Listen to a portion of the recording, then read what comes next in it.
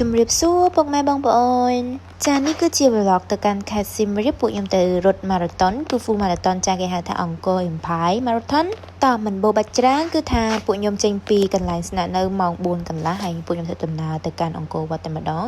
បន្ទាប់ពីសក់សេះវាមិនសហការជាមួយនឹងខ្ញុំមិនយូរប៉ុន្មាន50នាទីនឹងឯងចាគឺបានមកដល់ទីតាំងហើយឥឡូវខ្ញុំដើរទៅរកទីតាំងរបស់ខ្ញុំគឺ10គីឡូហើយកន្លែងនេះដែរគឺមានធ្វើអីទេគឺឈរចាំតែម្ដងម៉ោងពួកខ្ញុំត្រូវចាប់ផ្ដើមគឺម៉ោង 5:45 នាទីហ្នឹងហើយ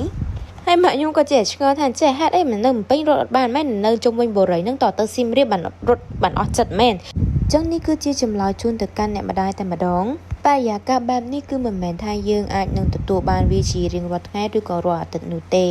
ថ្ងៃរះចេញពីប្រាសាទអង្គរវត្តខ្យល់អាកាសដែលវាធ្វើឲ្យយើងមានអារម្មណ៍មួយថាស្រស់ស្រាយក៏ដូចជាពុកម៉ែបងប្អូនជាច្រើនកកដែលគាត់បានចូលរួមក្នុងកម្មវិធីនេះផងដែរអូដូចជារៀងហៀបរាប់ដល់នៅក្នុងវីដេអូនេះចេះតែខ្ញុំកាត់តែម្ដងទៅគឺខ្ញុំខាន trend រយៈពេលយូរគួរសមដែរហ្នឹងដល់ពេលចឹងទៅការដែលខ្ញុំ commit ថាខ្ញុំនឹង run ឲ្យជាប់រត់ឲ្យជាប់ឲ្យបាន5គីឡូហ្នឹងគឺអត់បានជោគជ័យទេគឺ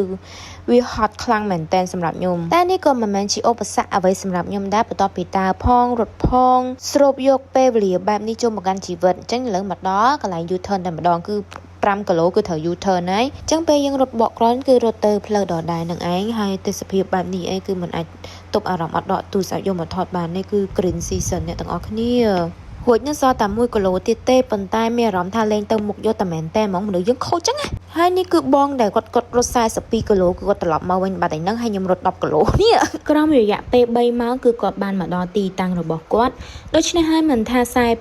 21 10គីឡូ5គីឡូឬក៏3គីឡូនោះទេ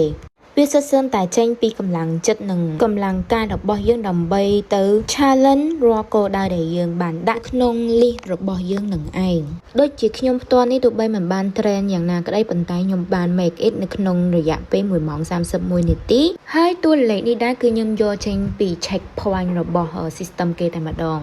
ហើយមិនបងអង្គយូរដោយសារតែ clean បាយព្រឹកផងអញ្ចឹងខ្ញុំក៏មកតម្រង់ជួរយកមេដលតែម្ដងហើយសម្រាប់មេដលមួយនេះគឺពិតជាពិសេសណាស់ដោយសារតែពួកគាត់មានគំនិតច្នៃប្រឌិតឲ្យគាត់យកចេញពីប្រាង្គប្រាសាទនៅប្រាសាទអង្គរវត្តយើងតែម្ដងអញ្ចឹងបើសិនជាបងប្អូនដែលគាត់ទៅលេងប្រាសាទអង្គរវត្តគាត់គ្រាន់តែឃើញរូបហ្នឹងគាត់ដឹងហើយថា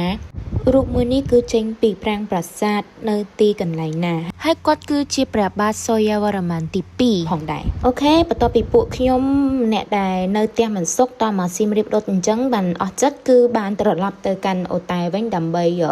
ញ៉ាំអាហារពេលព្រឹកហើយខ្ញុំគេងនៅអូតែនេះដែរដោយសារតែបើសិនជាបងក៏ទៅការបន្ទប់ដែលធំក្រែធំសម្រាប់សមាជិកច្រើនអញ្ចឹងខ្ញុំ recommend អូតែមួយហ្នឹងហើយមិនបងអង្គយូរគឺមករកអាហារពេលព្រឹកម្នាក់ម្ចាស់ហ្នឹងទៅអូខេអញ្ចឹងពេលហ្នឹងគឺខ្ញុំលេងខ្វល់ពីសក់ខ្ញុំហើយសក់សេះវាមិនសហការក៏អត់ទៅវាញ៉ៃញ៉ៃដោយសារតែយើងបែកយូរផងរត់ហត់ផងអីផងអញ្ចឹងខ្ញុំអត់តន់ខ្វល់ទេខ្ញុំកាយញាត់សិនចាំហើយខ្ញុំទៅងុយទឹកធ្វើខ្លួនចេញទៅក្រៅដើម្បីទៅរកកាហ្វេខ្ញុំមកផឹកអញ្ចឹងទៅហើយកន្លែងថ្ងៃហ្នឹងដែរក៏ពិតខ្ញុំបើសិនជាខ្ញុំអត់សម្រាប់ទេខ្ញុំត្រូវទៅschool ទៅសាលាធ្វើ exam final exam អញ្ចឹងពួកខ្ញុំក៏ជឿរើយើងអង្គុយនៅហាងកាហ្វេហ្នឹងទៅហើយបន្ទាប់មកខ្ញុំក៏បោកបាយថ្ងៃនៅមីលាញ៉ាំចិកចប់ហើយក៏ធ្វើដំណើរចេញទៅ